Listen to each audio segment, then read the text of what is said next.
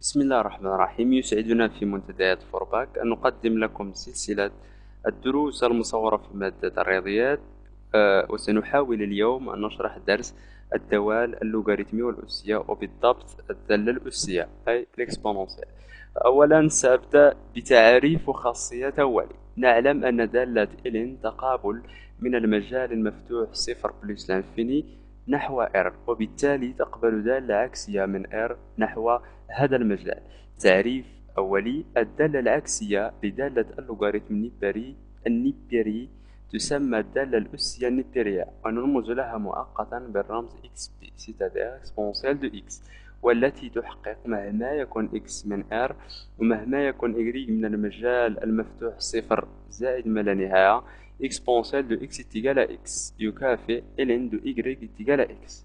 خاصيات أولية: exponentielle de 1 est égal à E، exponentielle de 0 est égal à 1، وتحقق أيضا مهما يكون x من R exponentielle de x positif c'est-à-dire strictement positif أي أنها موجبة قطعا على R، وتحقق أيضا مهما يكون x من R ln de exponentielle de x est égal à x، و exponentielle de ln de x est égal à x. الدالة exponentielle دالة تزايدية على R، وتحقق خاصيتين أساسيتين: مهما يكون العنصران A و B من R exponentielle de A est égal à exponentielle de B يكافئ A est égal à B، أي أنها تحافظ على رتبة الدالة.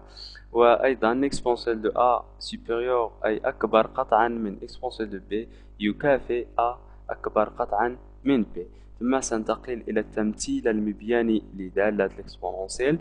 في معلم متعامد ممنظم منحنى الدالة إلين ومنحنى الدالة إكسبوننسيال متماثلان بالنسبة للمنصف الأول أي بالنسبة للمستقيم الذي معادلته y اتجاه x، والشكل الذي ظهر على الصورة وهو منحنى دالة الإكسبوننسيال والذي ينعدم في النقطة 1 وهي تزايدية على R. ثم سننتقل إلى نتائج أولية وأساسية. أولا إلى خاصية أساسية تحققها الدالة، أي أنه مهما يكون العنصران A و B من R exponentielle de A زائد B est égal exponentielle de A fois B، أي أنها تحول المجموع إلى الجداء. من أجل البرهان يكفي أن ندخل ln لكلا الطرفين الطرف الأول والثاني، أي ln de exponentielle de A fois exponentielle de B est égal ln de exponentielle de A زائد ln de exponentielle de B، والذي يساوي A زائد B. بالنسبة للطرف الأول ln de exponentielle de A زائد B est égal A زائد B، وبالتالي نحصل على التساوي، أي ln exponentielle de A fois exponentielle de B est égal à ln exponentielle de A زائد B. وهكذا نحصل على النتيجة التي نبحث عنها، أي exponentielle de A زائد B est égal exponentielle de A fois exponentielle de B. ثم سننتقل إلى نتائج أساسية تحققها الدالة، أي أنه مهما يكون العنصران A و B من R ومهما يكون R من Q أي مجموعة الأعداد النسبية exponentielle de moins de A est égal 1 sur exponentielle de A، وتحقق أيضا exponentielle de A moins B est égal exponentielle de A على exponentielle de B، و exponentielle de R fois A est égal exponentielle de A الكل على R. كتابة جديدة لدالة exponentielle. نعلم أن exponentielle de 1 est égal à E، وبالتالي مهما يكون R ينتمي إلى Q exponentielle de R est égal exponentielle de 1 الكل على R à la puissance R، والذي يساوي E à la puissance R. وهكذا نمدد هذه الكتابة إلى R، أي نحصل مهما يكون x من R exponentielle de x est égal E à la puissance x. وجميع الخاصيات السابقة تصبح صالحة، أي يمكن تمديدها لهذه الكتابة الجديدة وتحقق مهما يكون x من R ومهما يكون y من المجال المفتوح صفر plus l'infini.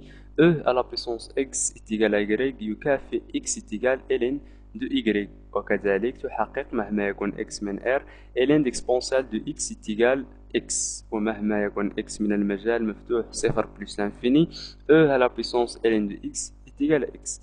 وتحقق أيضا نفس الخاصيات، أي أنه مهما يكون العنصران A و B من R ومهما يكون R من Q E à la puissance A plus B est égal E à la puissance a fois e à la puissance b.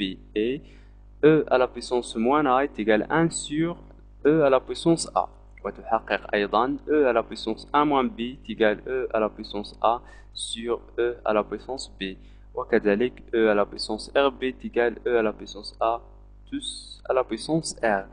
وأيضا تحقق أنه مهما يكون العنصران A و B من R فإن E à la puissance A est égal à E à la puissance B. هذا يكافئ أن A est égal à B، أي نفس الشيء تحافظ على رتبة الدالة لأنها دالة كما قلت تزايدية وموجبة قطعا.